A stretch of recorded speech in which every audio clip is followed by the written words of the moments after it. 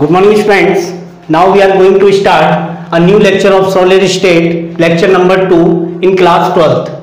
In previous lecture we studied about types of crystalline solid, amorphous solid, metallic solid, molecular solid, network solid or many types of solid.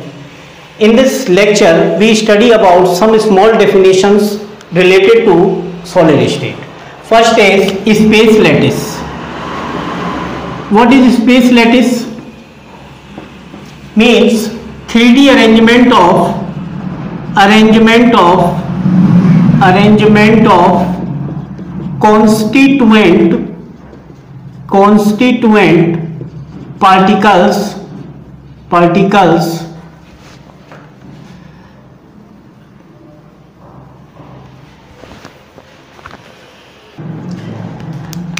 constituent particles or structural units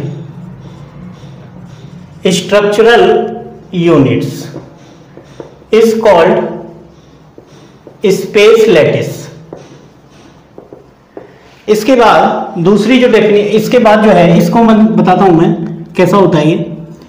जैसे मान लीजिए मैंने यहां पर एक unit cell बना लिया, ये मैंने एक यूनिट सेल यहां पे फॉर्म कर लिया है इस तरह से. अगर मान लीजिए मैं बात करूं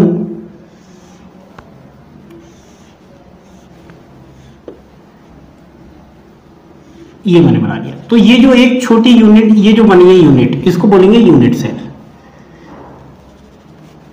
ये यूनिट सेल है. अब एक्चुअली क्या होता है 3D arrangement of constituent particles. Constituent particles का जो 3D अरेंजमेंट है या फिर जो स्ट्रक्चरल यूनिट्स हैं उनको हम बोलते हैं स्पेस लैटिस. अब इसकी जो छोटी सी यूनिट है उसको हम बोलेंगे यूनिट सेल. तो सेकंड डेफिनेशन हो गई यूनिट सेल. यूनिट सेल क्या होता है? It is a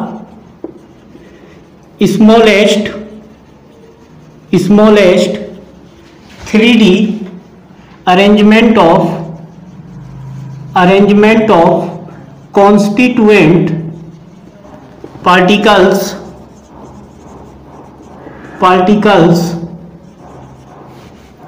which when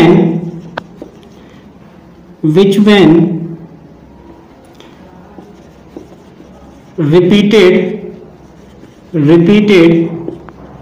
in space and form and give lattice is called unit cell. Note कर लो जल्दी. Unit cell.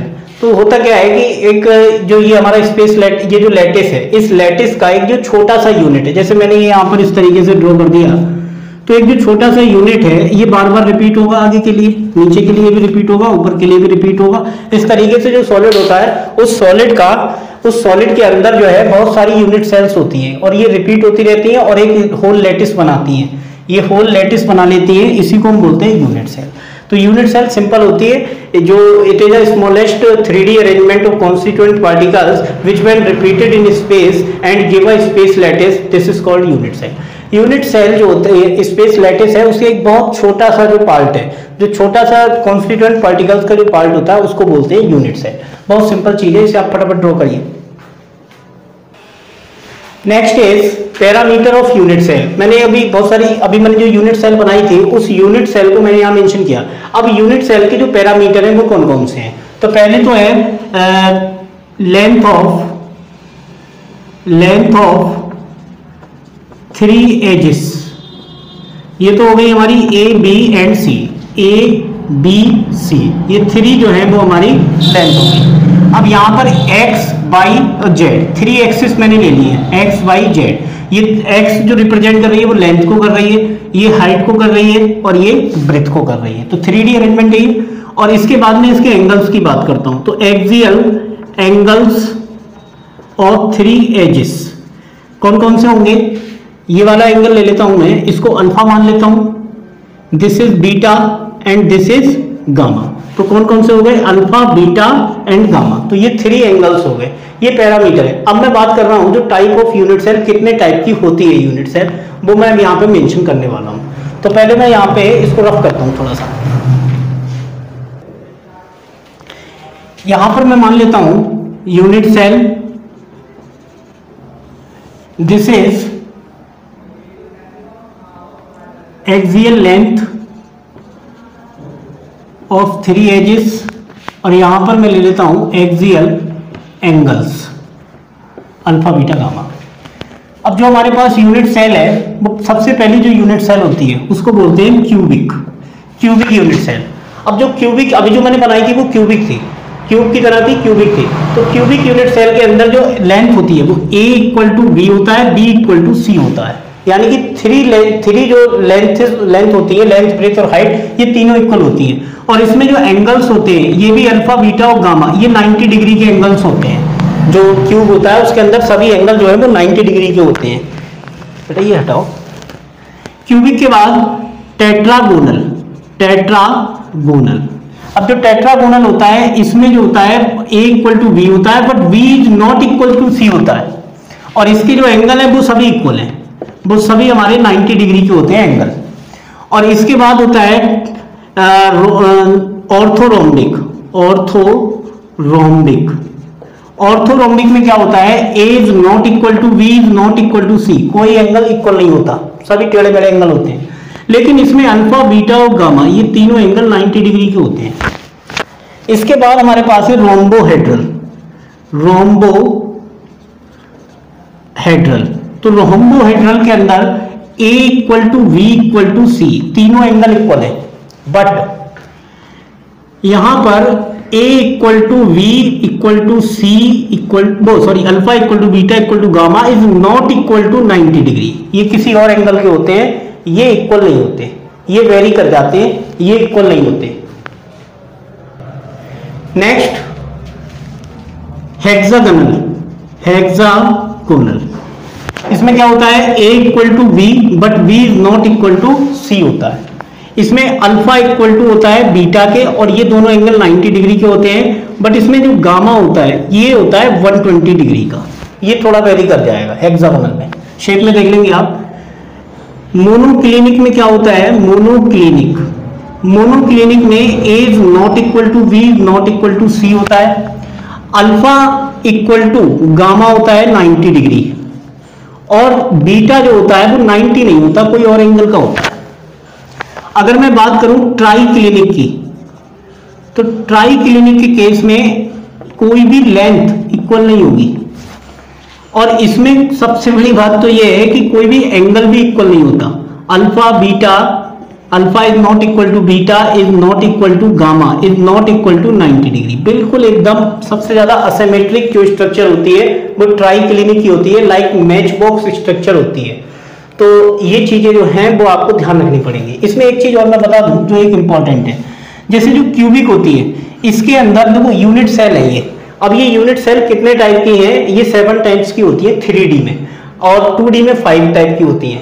तो जो इसमें जो 3D यूनिट सेल्स हैं हमारे पास, इसमें हम केवल जो पढ़ेंगे वो केवल किसकी बात करेंगे, क्यूबिक की। अब जो यूनिट सेल होती है वो और भी होती है। एक होती है जैसे मान लीजिए मैं सिंपल की बात करूं, primitive unit cell.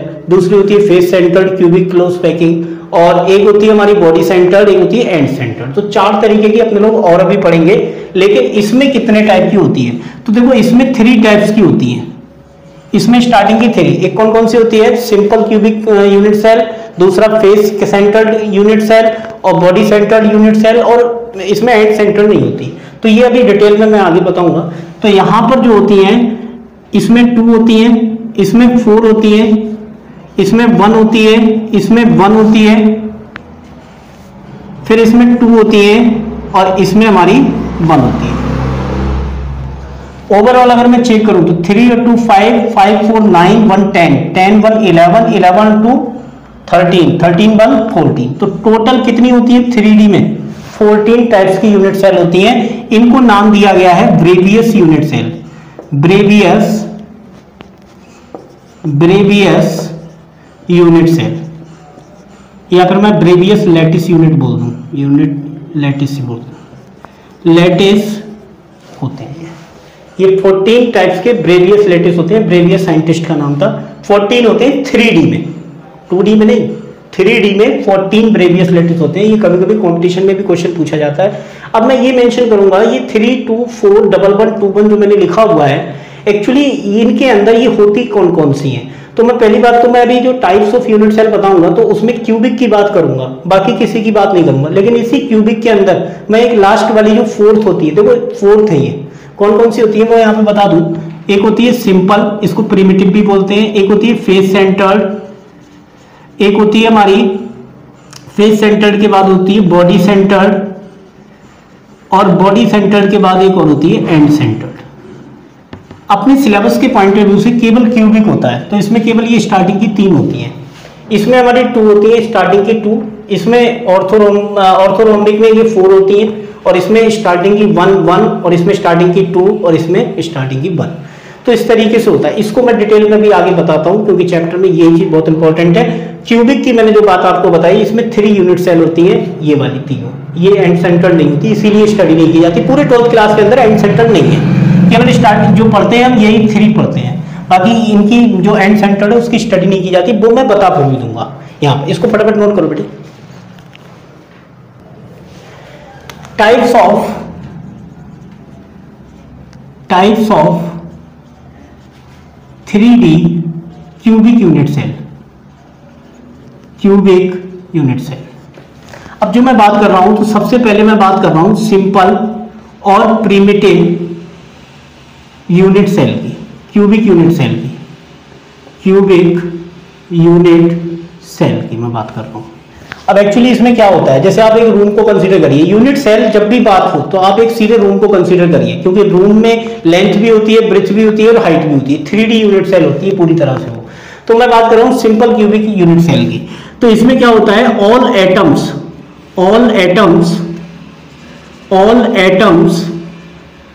Are at all corners. Simple सी मैं बात कर रहा हूं, अगर मैं यूनिट सेल बना लूं तो इस यूनिट सेल के अंदर जो हमारे पास कॉर्नर होंगे, तो ये वाला कॉर्नर होते हैं। ये कितने कॉर्नर है हमारे पास टोटल रूम के अंदर, आप काउंट कर लीजिए, 8 कॉर्नर्स होते हैं। कितने कॉर्नर होते हैं रूम के अंदर, 8 कॉर्नर। आप ऐसे काउंट करिए, देखिए 2 2 4 ऐसे कैसे 4 नीचे, कितने हो गए ओवरऑल 8 कॉर्नर्स हो गए। तो ये 8 कॉर्नर्स होते हैं।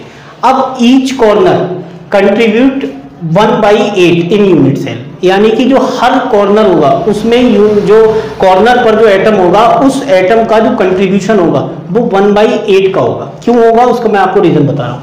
जैसे मान लीजिए एक यूनिट सेल ये है, ऐसे कैसे इसके बराबर में एक यूनिट सेल ये होगी, एक इसके ऊपर होगी यूनिट सेल, ऐसे कैसे एक इसके ऊपर यूनिट सेल होगी।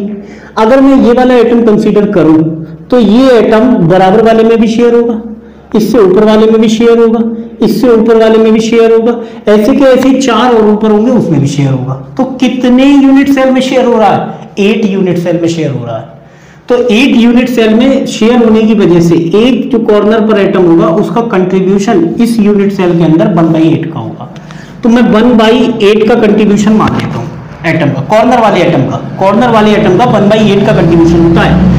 और इनटू में कितने यूनिट से कितने हमारे ये लैटिस पॉइंट है, कितने हमारे ये हमारे जो एटम्स हैं वो है हमारे 8। तो टोटल जो कंट्रीब्यूशन आया एक एटम का आया। तो इफेक्टिव नंबर ऑफ एटम कितने हैं इसके अंदर, 1। इफेक्टिव नंबर ऑफ एटम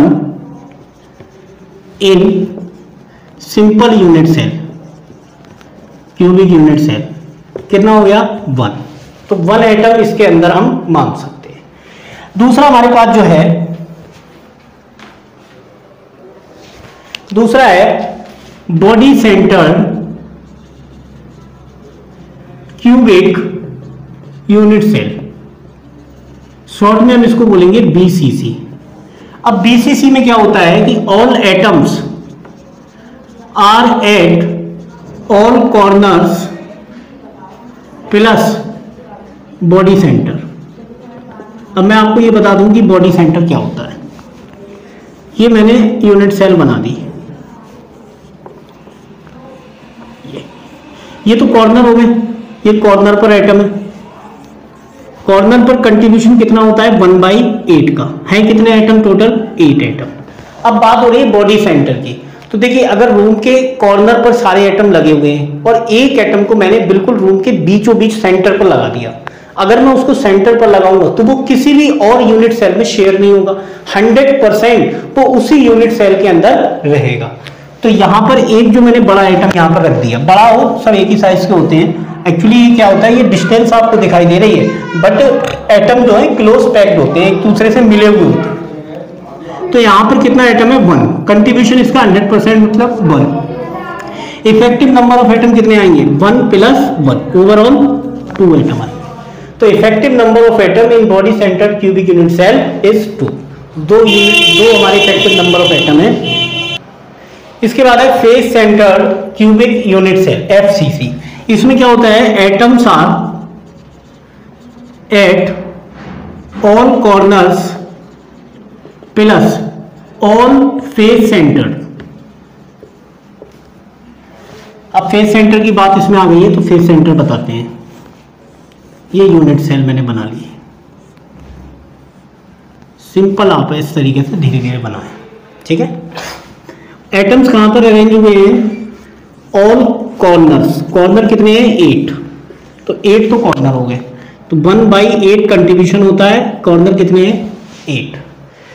अब मैं बात कर रहा हूं फेस की, तो देखो फेस क्या होती है, जैसे ये रूम है तो कॉर्नर तो ये हो गया इसका, ये इसका कॉर्नर हो गया। अगर मैं बात करूं फेस की तो इसमें आप ये देखिए फेसेस कितनी है, तो देखो एक फेस तो ये हो गई, एक इसके सामने हो गई, 2 ऐसे कैसे, 2 इधर हो गई, कितनी हो गई 4, और 2 ऊपर नीचे होंगी, ठीक है ना। ओवरऑल कितनी फेसेस होती हैं 6। किसी भी यूनिट सेल के अंदर 6 फेसेस होती हैं, और 6 फेसेस जो होती हैं मैं इसको यहां पर मेंशन करूं, एक ऊपर आ गया, एक इसके नीचे आ गया, एक ये दोनों साइड आमने सामने आ गया। अब एक जो है वो कहां पर आएगा, बिल्कुल एकदम जस्ट इसके सामने, एक ये पीछे वाले उस पे आ गया, एक आगे वाले पे आ गया। ओवरऑल कितने हो गए 6 एटम। अब मैं बात करूं इनकी कंट्रीब्यूशन की, अगर आप ऐसे समझिए कि अगर ये दीवार है, अगर इस बॉल पर मैं किसी एटम को रखता हूं तो आधा तो ये बाहर इधर आएगा इस यूनिट सेल में, आधा पीछे वाली यूनिट सेल में जाएगा। तो ओवरऑल कंट्रीब्यूशन इसका कितना हो गया 50% का, मतलब 1/2 का कंट्रीब्यूशन हो गया। तो ये 1 आ गया, प्लस ये कितना आ गया 3। तो overall effective number of atom कितने आते हैं इसमें 4। तो ये चीज बहुत इंपॉर्टेंट है, face centre cubic unit cell के अंदर इफेक्टिव नंबर ऑफ एटम 4 आते हैं। इसमें जो एटम्स का फेस पर जो कंट्रीब्यूशन होगा वो कितना होगा 50% का, कॉर्नर पर कंट्रीब्यूशन 12.5% का होता है। ये सब मैं आपको बातें बताता जा रहा हूं। कॉर्नर पर अगर कोई एटम रखा है तो इसका कंट्रीब्यूशन कितना होता है 1/8 का, ठीक है। अगर फेस पर रखा हुआ एटम है इसका कंट्रीब्यूशन होता है 1/2 का, मतलब 50% का। अगर मैं बात करूं बॉडी सेंटर की, तो अगर बीच में बिल्कुल कोई एटम रखा है बॉडी सेंटर पर, तो बॉडी सेंटर पर जो कंट्रीब्यूशन था वो 100% का था। 100% का मतलब 1 का, ठीक है ना। तो 100% का कंट्रीब्यूशन होता है। End centre cubic unit cell, इसको ECC बोल दूं मैं। अब इसमें क्या होता है कि atoms eight all corners plus 2 opposite faces, 2 opposite faces. जैसे मान लीजिए मैंने यहां पर ये एटम बना लिया, ये यूनिट सेल मैंने बना ली। अब मैं क्या करने वाला हूं, एटम को एक को यहां रखा है, ये रखे, ये एटम्स है हमारे, ये तो आ गए आपके कॉर्नर पर, और कॉर्नर का कंट्रीब्यूशन होता है 1/8 का। एंड सेंटर में क्या होता है 2 अपोजिट फेसेस पर होते हैं। अब कितनी होती है फेसेस 6, चाहे आप ऊपर नीचे की मान लें, चाहे आप ऐसे मान लें, चाहे आप ऐसे मान लें, ठीक है। तो इसमें आप किसी भी 2 अपोजिट फेसेस पे आप एटम रख दीजिए। मैं एक ऊपर रख देता हूं एटम, एक मैं नीचे रख देता हूं, ये अपोजिट फेसेस हो गई, या मैं इधर रख दूं, ठीक है, या फिर मैं आमने सामने रख दूं। तो यहां पर कितने हो गए हमारे पास, ये 2 एटम्स, और फेस पर जो एटम का कंट्रीब्यूशन होता है वो 1/2 का होता है। तो यहां पर जो एटम आया इसका कंट्रीब्यूशन कितना हो गया 1/2 का। तो देखें जो कॉर्नर पर एटम है वो कितने हैं 1/8 इंटू 8 एटम है, और कंट्रीब्यूशन है 1/8 का, प्लस कितने एटम आए आपके ये फेस पर, 2 अपोजिट फेसेस पर 2 ही एटम आएंगे, और उनका कंट्रीब्यूशन होगा 1/2 का, तो 2 इंटू 2, तो ये कितना आ गया 1 + 1। Overall effective number of atom in end central cubic unit cell के अंदर कितना होगा 2। ये सिंपल क्यूबिकुलस पैकिंग और दूसरा हमारा face centred cubic unit cell और फिर हमारा body centred cubic unit cell और एंड सेंटर्ड यूनिट सेल। ये किसमें होती है? ये होती है हमारी ऑर्थोरोम्बिक में। तो ये चीज ध्यान रखें आप, जो क्यूबिक में अपने लोग जो स्टडी करेंगे वो स्टडी जो करनी है हमें वो केवल 3 की करनी है। कौन कौन सी है? सिंपल की, सेकंड हमारी बॉडी सेंटर्ड और तीसरी हमारी फेस सेंटर्ड। इसकी स्टडी नहीं करनी है, ये हमारे सिलेबस का पार्ट नहीं है, लेकिन ये पता होना चाहिए कि एंड सेंटर्ड होता क्या है। तो ये चीज है आपकी packing fraction. What is packing fraction? Packing fraction का मतलब होता है it represent effectiveness of unit cell occupied by atoms. Simple सी बात है, अगर हमारे पास कोई रूम है, इस रूम के अंदर अगर मान लीजिए मैं स्फेरिकल बैलून्स को रख दूं मैं, तो जितना इस वॉल्यूम या जितना एरिया ऑक्यूपाई किया हुआ है उन बैलून्स ने, वही एरिया बोला जाता है पैकिंग फ्रैक्शन। यानी कि total area occupied by atoms in unit cell is called packing fraction. और जो रिमेनिंग रह जाता है हमारा, जो स्पेस ऑक्यूपाई नहीं कर पाता, एटम ऑक्यूपाई नहीं कर पाते, उसको हम वॉइड बोलते हैं, वो आगे स्टडी करेंगे। तो it represent effectiveness of unit cell occupied by atoms is called packing fraction. अगर मान लीजिए 2D का केस है तो वहां एरिया से डिसाइड करेंगे, अगर 3D केस आएगा तो वहां वॉल्यूम से डिसाइड करेंगे। तो पैकिंग फ्रैक्शन जो निकालेंगे अपने लोग वो 2D में तो निकालेंगे, 2 डायमेंशनल में तो निकालेंगे हम एरिया वाइज, और 3 डायमेंशनल में निकालेंगे हम वॉल्यूम वाइज। तो ये चीज जो है अपने लोग नेक्स्ट क्लास में पढ़ेंगे, क्योंकि बच्चे अभी परेशान हैं।